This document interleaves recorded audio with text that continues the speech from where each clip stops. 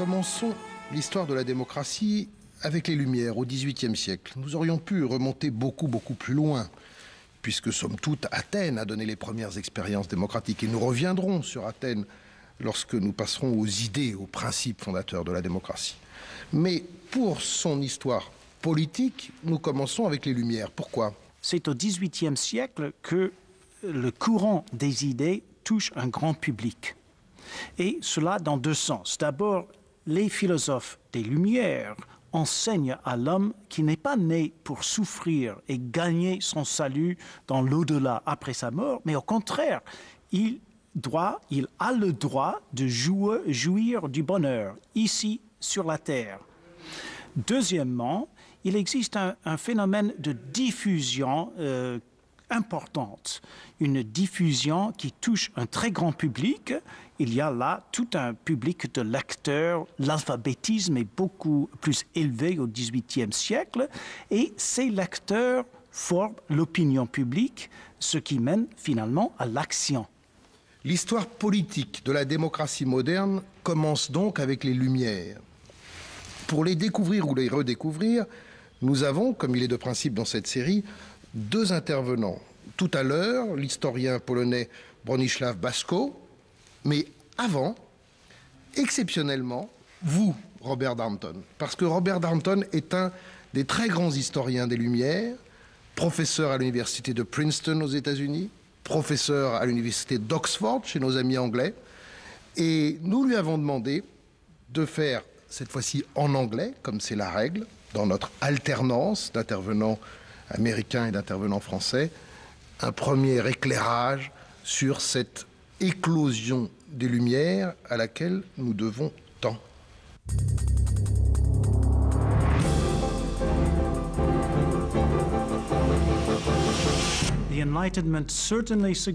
Bien qu'encore attaché à la tradition, le siècle des Lumières voit sans conteste la naissance du monde moderne. Il met en exergue des mots comme humanité, progrès, tolérance et raison, qui nous sont aujourd'hui familiers. Mais l'usage de ces mots pose problème. Évocateurs d'idées nobles, ils ont vu leur sens affadi par l'usage inconsidéré que l'on a pu en faire. Nous devons nous représenter le siècle des Lumières tel qu'il a été vécu par ses contemporains pour tenter de le rejoindre dans sa force originelle.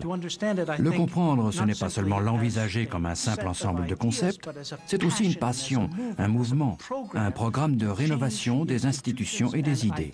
C'est ce que Diderot entend par le changement du mode habituel de pensée.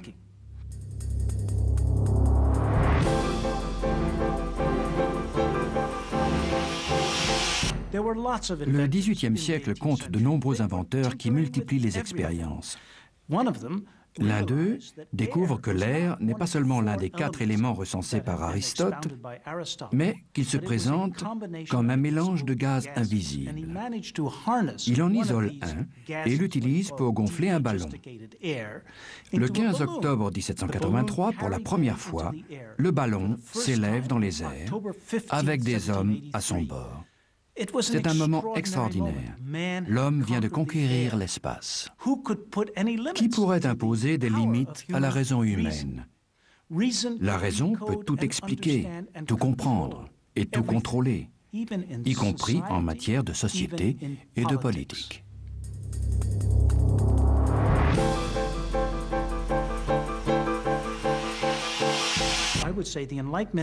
Le siècle des Lumières commence à un moment et dans un lieu précis qui se trouve être le Paris du début du XVIIIe siècle. Pourquoi Paris? Eh bien, il faut nous figurer ces deux contextes particuliers que les Français appellent respectivement la cour et la ville.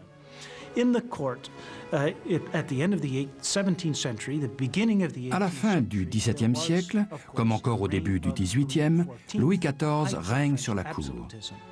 C'est l'apogée de l'absolutisme en France. Pourtant, dans la capitale, en ce même début du XVIIIe siècle, se développe une nouvelle tendance appelée l'esprit libertin ou libertinage. C'est dans cet environnement que s'épanouit le jeune Voltaire. Presque adolescent encore, il fait un séjour à la Bastille pour avoir soutenu des opposants au pouvoir. 11 mois plus tard, à sa sortie de prison, sa pièce de théâtre, Édipe, remporte un énorme succès et il est célébré par le tout Paris comme le nouveau Corneille. Nous sommes en 1718 et ce nouveau Corneille n'est pas encore le Voltaire que nous connaissons, celui que les Français appellent le philosophe.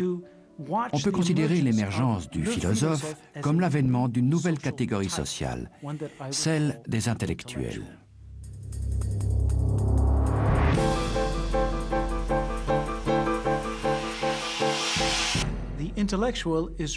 L'intellectuel est un phénomène nouveau, une puissance nouvelle qui s'affirme dans ce monde du début du XVIIIe siècle. Et Voltaire incarne ce nouveau pouvoir. Mais quel est-il? Il est difficile de le cerner, bien que l'on puisse en trouver une définition dans un fameux pamphlet de 1734 intitulé « Le philosophe ». Cet opuscule définit la position sociale de l'intellectuel. Il n'est ni un grand scientifique, ni un grand érudit. C'est un homme d'expérience qui s'adresse à d'autres hommes d'expérience.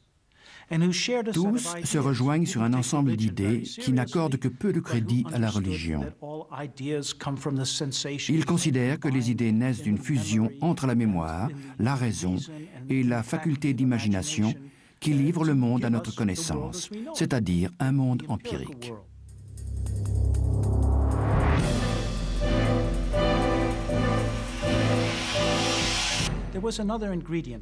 La notion de parti est un élément essentiel qu'il est important de cerner.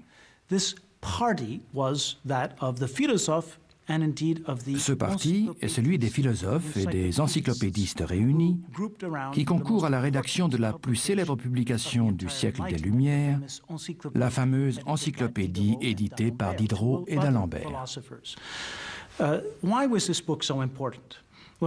À quoi tient l'importance de cette œuvre? Elle propose une vue d'ensemble de toutes les connaissances en les abordant d'une façon nouvelle, fondée sur une perception directe du monde qui exclut toute référence au Dieu créateur et à la théologie. Elle offre une image nouvelle et résolument moderne du monde dont l'Église est profondément choquée. De nombreuses confréries, dont celle des jansénistes, rejoignent les jésuites dans leur violente opposition. Persécutés, les encyclopédistes reçoivent à leur tour de nombreux soutiens. Très vite, les éditeurs de l'encyclopédie, Diderot et d'Alembert, se retrouvent à la tête d'un groupe de 160 philosophes et encyclopédistes. De là naît l'idée de parti, de fusion autour d'un livre, et par là même d'une cause. Cette cause survit à la persécution dont elle est l'objet. Rien ne la sert davantage que l'acharnement de ses contradicteurs. Si elle n'est pas trop répressive, la persécution engendre ses héros et ses martyrs.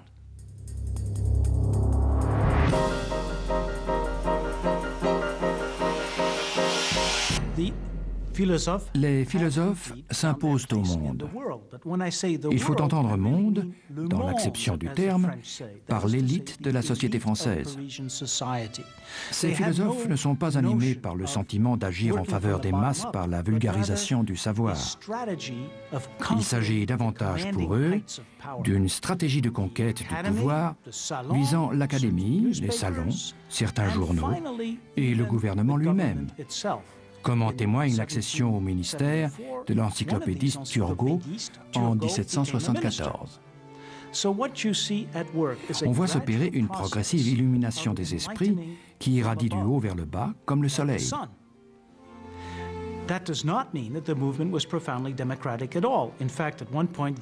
Le mouvement encyclopédique n'en est pas pour autant démocratique. Voltaire va même jusqu'à dire qu'il serait préférable que les paysans n'apprennent pas à lire, puisque leur place est aux champs. Cependant, ce mouvement s'amplifie, servi par de nombreuses publications qui lui assurent un considérable succès sur le marché du livre. Toute une industrie se développe autour de lui et l'on atteint des records de vente. Now, the best of these bestsellers entre 1760 et 1770, le plus important succès littéraire est le célèbre roman de Jean-Jacques Rousseau, La Nouvelle Héloïse. Rousseau ajoute à ce courant un sentiment nouveau de passion, d'osmose entre les âmes, que certains appellent le pré-romantisme.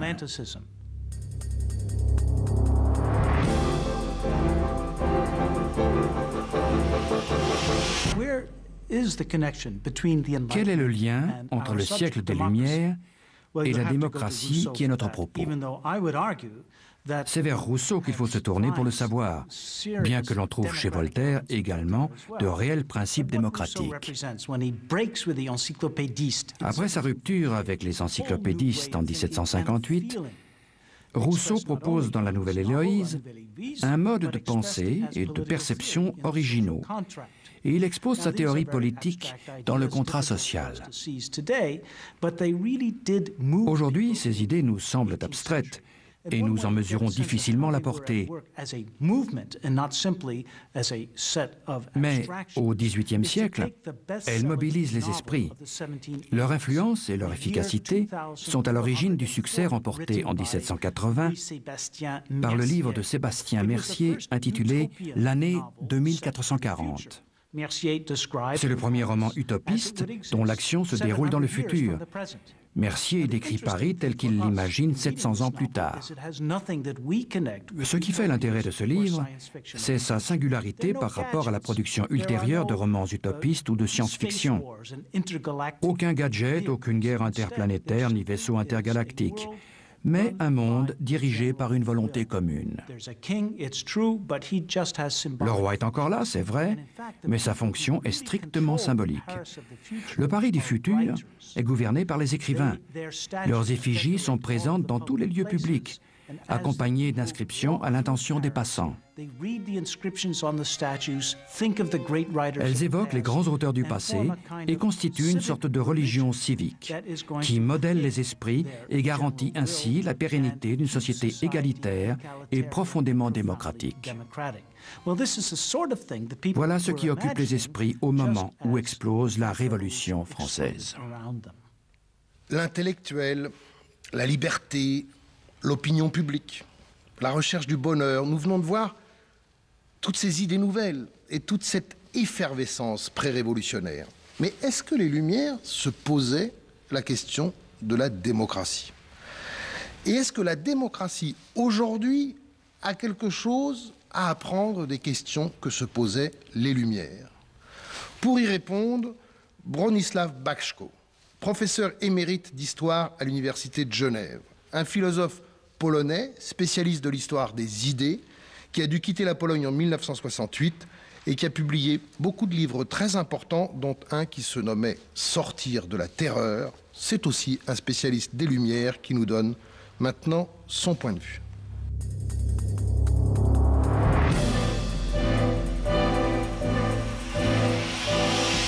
Vers la moitié du XVIIIe siècle, la démocratie se conjugue au passé, elle n'a pas de présent.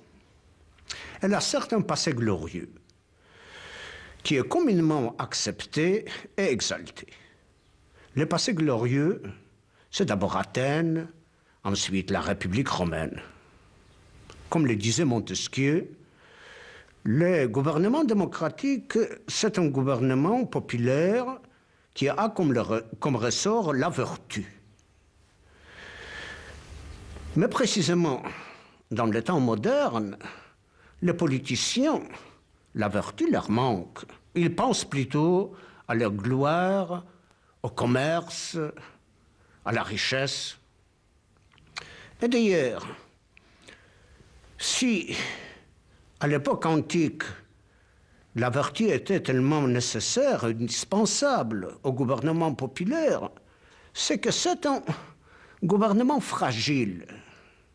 Il suffit que n'importe quel démagogue séduise les masses pour que ces masses se lancent dans des fureurs et le gouvernement s'écroule. Ainsi, vers ce mi-XVIIIe siècle, il semblerait pour les contemporains que la démocratie est une expérience close.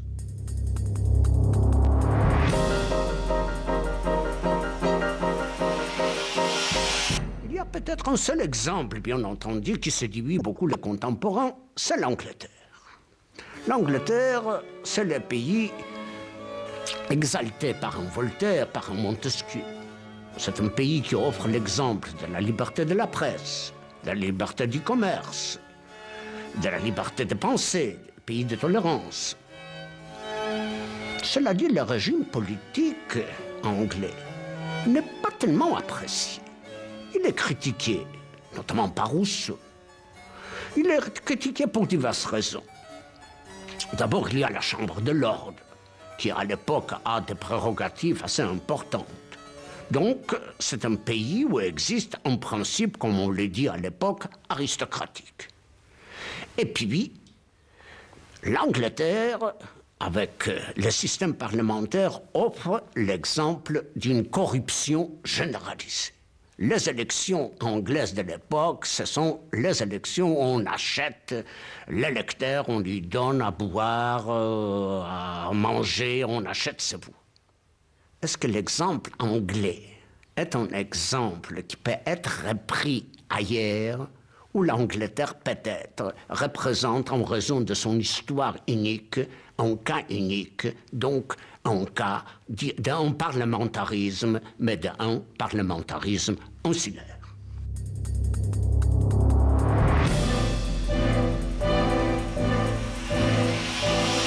Vers ce milieu du XVIIIe siècle, le présent semble plutôt appartenir à une forme de pouvoir assez récente qu'on appelle absolutisme éclairé ou despotisme éclairé. Les monarques éclairés sont persuadés qu'ils incarnent la raison d'État ou la raison tout court, et qu'ils sont les premiers serviteurs de leur peuple. Ils veulent assurer le bonheur de leur peuple. Joseph II dira même qu'il aimerait assurer le bonheur de son peuple, de ses sujets, malgré eux.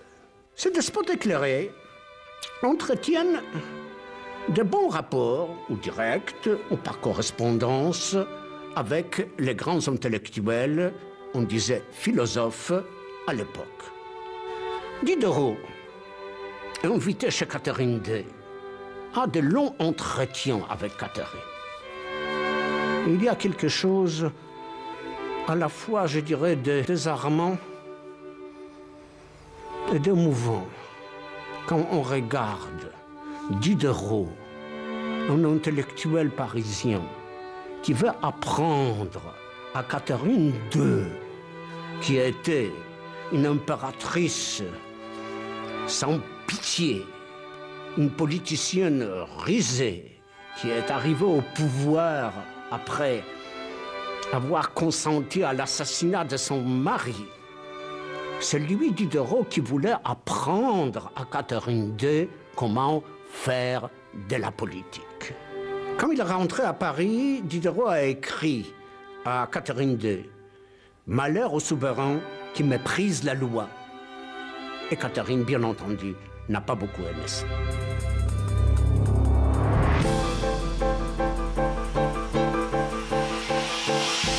La démocratie moderne, telle qu'elle interviendra d'abord dans les colonies américaines, dans ce qui deviendront les États-Unis, ensuite en France, en 1789, avec l'avènement de la Révolution française, la démocratie représentative d'une forme nouvelle est un produit d'un processus historique extrêmement complexe. Il ne suffit pas donc qu'il y en ait de lumière pour qu'advienne la démocratie. Mais sans les lumières, il n'y a pas de démocratie moderne. Pour le dire autrement, on ne pourrait rédiger même pas une ligne de la déclaration d'indépendance des États-Unis Pas une seule ligne de la Déclaration des droits de l'homme de 89 sans l'apport de la pensée de Lumière.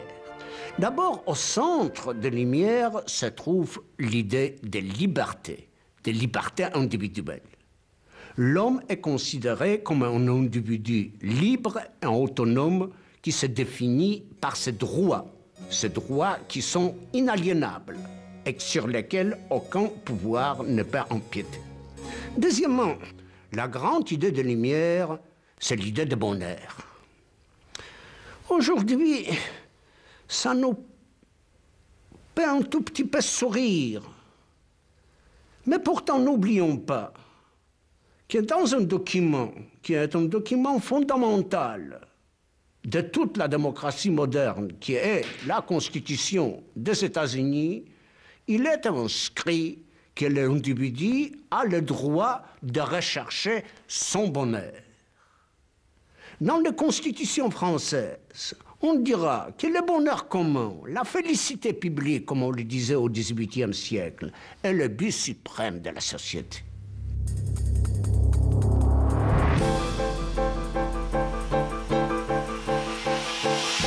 La grande idée léguée par les Lumières, c'est la confiance faite à la raison humaine.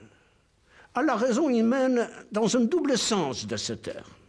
D'abord à la raison individuelle, que nous sommes des êtres raisonnables et que nous avons droit et nous avons la capacité de raisonner nous-mêmes, de juger nous-mêmes quel est le bien public et quel est le bien individuel. Mais également dans un autre sens. Pour les Lumières, la liberté, c'est le progrès que la raison peut accomplir sur la barbarie. Faire reculer la barbarie, c'est ça, un pas de plus sur le chemin de la liberté. Pour la démocratie moderne, les Lumières, c'est à la fois un point de départ, c'est un héritage culturel qui est le nôtre, mais c'est également un défi. Un défi que la démocratie doit relever sans arrêt.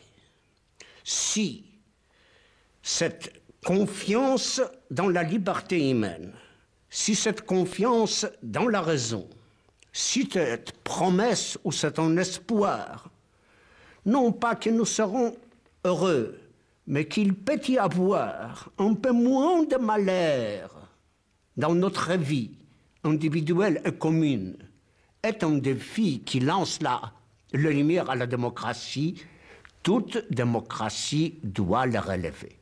Parce que la démocratie, c'est finalement un régime qui doit chaque jour et en permanence confirmer qu'il est en accord avec ses valeurs fondatrices. Bronislaw Bajko l'a dit, il existe un lien entre les idées et les événements, entre les Lumières et les deux révolutions. Mais comment cerner ce lien? Est-ce que c'est un lien, on dirait savamment, de causalité linéaire? Est-ce que les idées produisent les événements? Eh bien, il ne s'agit pas uniquement des idées abstraites, mais, comme nous l'avons insisté, de la diffusion des idées, de la formation de l'opinion publique, de l'action aussi qui est dirigée par cette opinion publique. Tout cela aboutit vraiment à des révolutions. Les deux révolutions, l'américaine et la française, les deux révolutions fondatrices de notre démocratie moderne. Mais ces deux révolutions, c'est une autre histoire, ou plus exactement, c'est la suite de l'histoire. Et c'est ce que nous verrons dans notre prochaine émission.